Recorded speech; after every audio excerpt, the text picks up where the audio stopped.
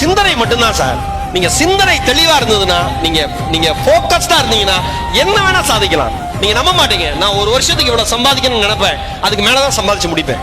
ஒவ்வொரு ஆண்டும் இது நடக்கும். என் டார்கெட்டை நானே முடிப்பேன். ராஜா சந்திரசேகர் ஒரு கவிஞர் இருக்கார், அவர் எழுதுவாரு, தாண்டி கொண்டே இரு, தாண்டி கொண்டே இரு, உயரங்களையும் கூடவே உன்னையும்.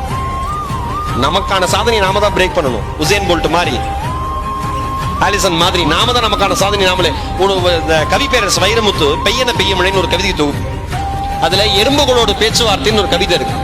எறும்புகளோடு பேச்சுவார்த்தை, இந்த கவிதை மறக்காம எல்லாரும் படிங்க. அவ்வளவு அற்புதமான கவிதை, செருப்பு கொண்டு அடிச்ச மாதிரி இருக்கும் நமக்கெல்லாம். கவிஞர் எறும்பு கிட்ட பேசுவார்.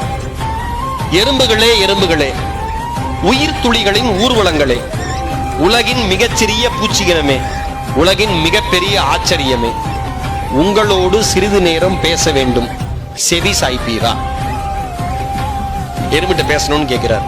அதுக்கு எறும்பு பதில் சொல்லுது, நின்று பேசி நேரம் கழிக்க நாங்கள் ஒன்றும் மனிதர்கள் இல்லை.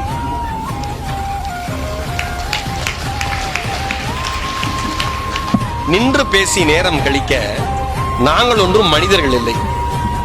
எது பேசுவதாக இருந்தாலும் எம்மோடு ஊர்ந்து வாருங்கள், பேசி செல்லலாம்.